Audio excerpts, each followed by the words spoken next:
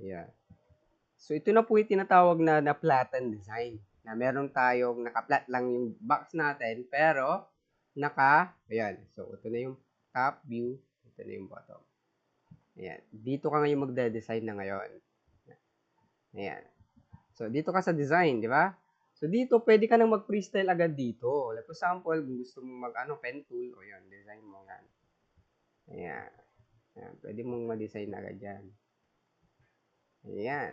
Click mo to. Palitan mo ng kulay, any color na pwede mong, depende sa design na gagawin mo. Okay, brown, etc.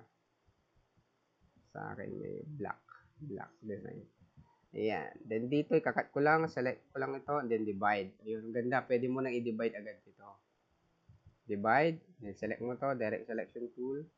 Select mo lang ito. Ayan, ungroup mo lang. Ayan o, madedetach na agad. Ayan. So, pwede ka na mag-design agad dito. Example, gusto mo uling kulayin ito. Gawa ka ng mga graphics mo dyan, etc. Ayan. Ayan. Alright. Ayan. Siguro, color ko white. 21. Ayan.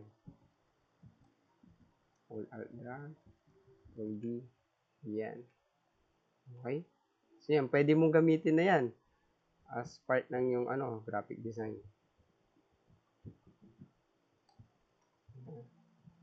So, lahat lang, dito lang yung nagbabari, no? Yung design mo. Hindi na lalampas dyan sa linya na yan. Okay? Control group, yan, pwede mo ayusin yan. Well, depende sa i-design mo yan, ano? Ayan. Ayan. Dito, pwede kang maglagay ng logo mo. Ayan, logo. Ayan. Kayo po yung gagawa ng logo nyo, concept ng brand nyo. Ayan. Logo. Ano pa yung nakalagay dyan? Okay, dito, pwedeng nakalagay yung contact info.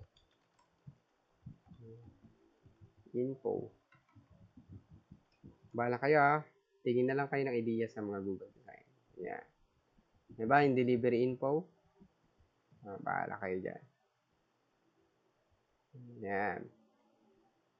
Okay. Next, pwede kang maglagay dito. Yung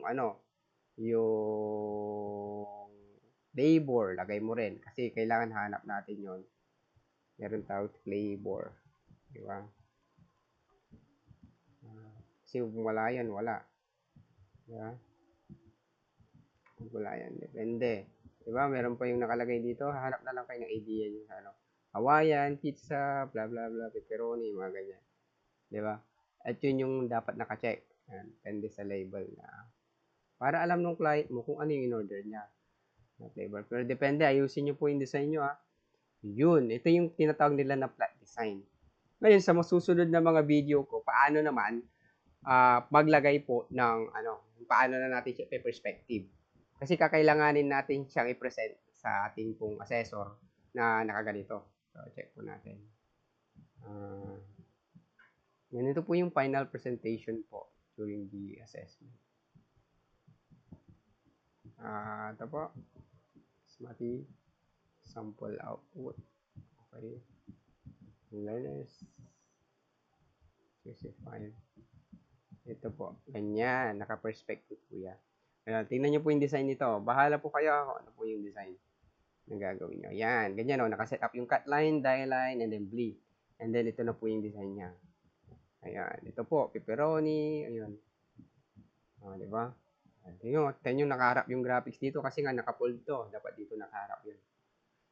Okay? And then naka-perspective pa siya. Ito yung tuturo ko ngayon. Paano natin siya perspective ngayon yung design. Ayan. Okay? So, next na separate video na po yun. Natawag nila na mapping. Okay? So, yun. Thank you very much, guys. Okay.